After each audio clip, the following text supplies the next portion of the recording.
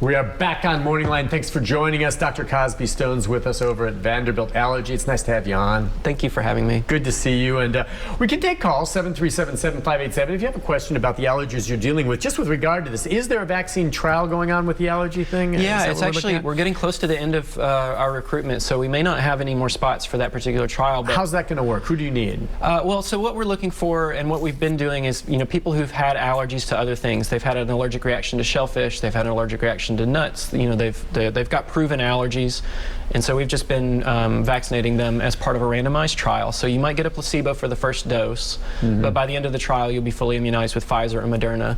I would say that there's a lot of people who've already gotten immunized, and so we had a little bit of trouble recruiting at first, but ultimately we have been able to meet our targets, for getting finding enough people to, who have had allergies. Right. And what I'll say is that, we see that most people do just fine, like that they're not necessarily having a higher rate of reactions, but the final data, this is a 50-center study, so Vanderbilt's one center, but then other allergy centers all around the country are all participating, helping, helping to determine, whether there's any increased risk for patients who've had other allergies. Yeah, but just important, I think one reason, this is being done, because I'm like, well, why are we doing this when it's 4 out of a million? Sorry. That is minuscule. Yeah. It's because that people overreact. Oh, there could be allergic reactions. 4 out of a million, and that's why sometimes on social media it gets out of control, and people are saying vaccines are dangerous, don't do it, which is bull. And I guess you want to be clear. All right, look, you think it is? Well, there's been 4 out of a million cases, which is absurd. You're going to get 4 out of a million on all kinds of stuff. There's always going to be 1 or 2 out of a million that are allergic to something or have some reaction to something. It's just going to happen.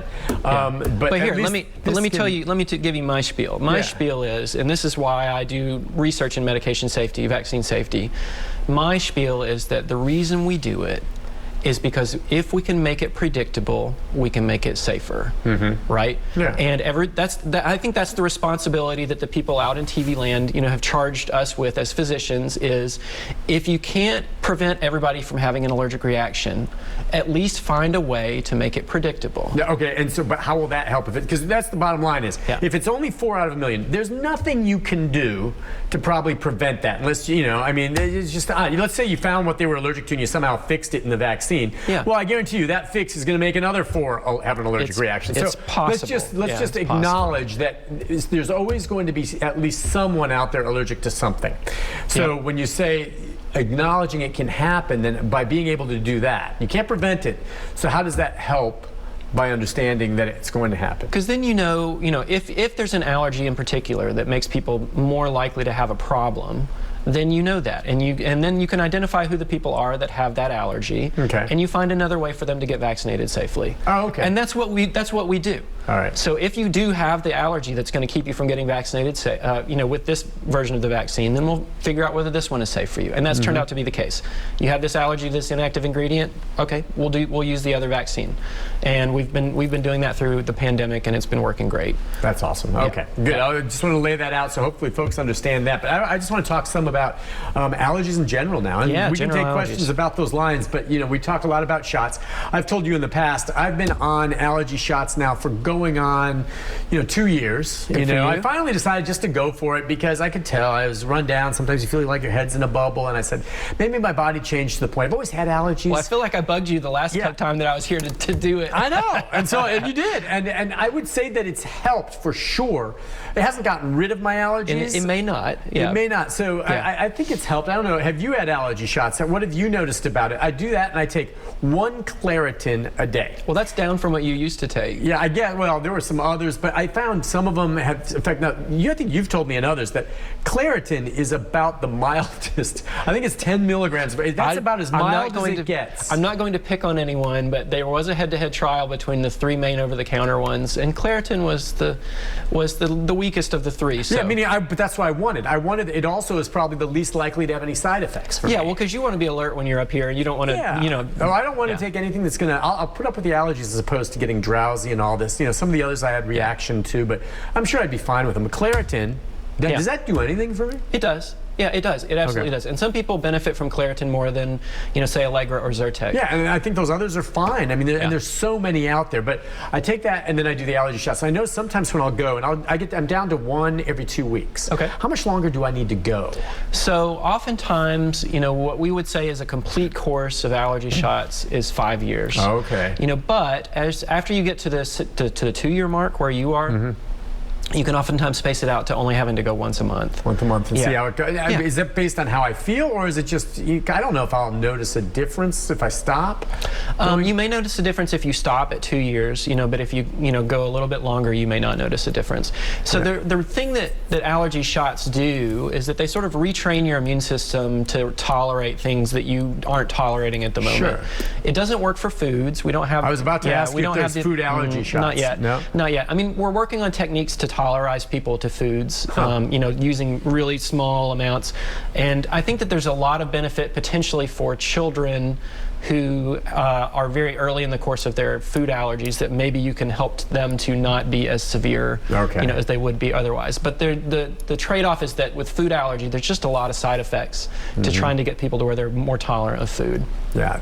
But for allergy shots, when you're talking about pollens, you start with a micro amount of the thing that you're allergic to, and you gradually ramp it up to an amount that actually makes you feel better. For instance, then, what I'm getting now, 2 years after I've started, is a very much more potent dose of those allergens than I got when I started. If I were to have been given this 2-year dose right when I started, you would have felt really bad. I would have had a bad reaction. Now I notice when I do have the shots, and it may vary, and they said, Nick, if you're coming in and having a shot once every 2 weeks after you've been out and there's a real heavy pollen out there that you're allergic to, when they give me the shot, there are some days they'll give it to me, I walk out, I'm fine. And there's other days it hurts. Yeah. And it even gets a little lump there, kind of like you can just tell that there's a reaction. You're still allergic. Right? We're making you less allergic. But I think it's important to know that those symptoms actually are amenable to taking an extra dose of the antihistamines that you take, the Claritin. Take an extra one. But is that good or bad when I have more of a lump or a soreness there? I don't feel worse anywhere else. It's just isolated where the shot is. But I'll feel, I go, wait, that's tender today, and there's a little bump where they gave me the shot.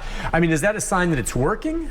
That's definitely a sign that you are somebody who's probably going to benefit from it. Like if people, well, I'm clearly allergic to what they shot in there. Yeah, I wouldn't have that reaction. If people are just getting allergy shots and nothing's happening, then it's kind of like, well, was I actually really allergic to this? Right. Okay, because there will be some days though where it will not be as bad. Yeah. I mean, so what I would say is that when it is what your doctor was saying, that on the days when the pollen counts are high and you're getting an effective dose of allergen from the environment, sometimes the extra dose from your shot is a little bit more noticeable.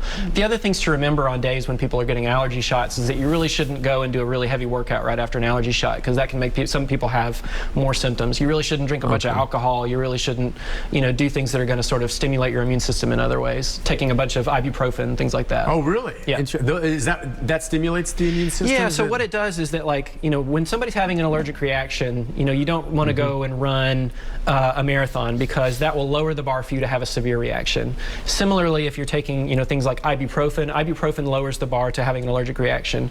So some people, they say, oh, well, I had the Pfizer shot, the Moderna shot, I broke out in hives, and they say, well, did you take ibuprofen? They're like, oh yeah, I did.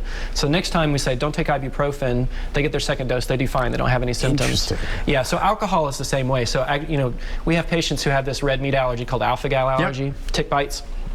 So that one, it's interesting. Some people can tolerate a small amount of steak, but if they have a glass of wine with it, they're going to have a reaction. So it lowers the threshold to have allergy symptoms. Does that tick bite with the steak allergy go away?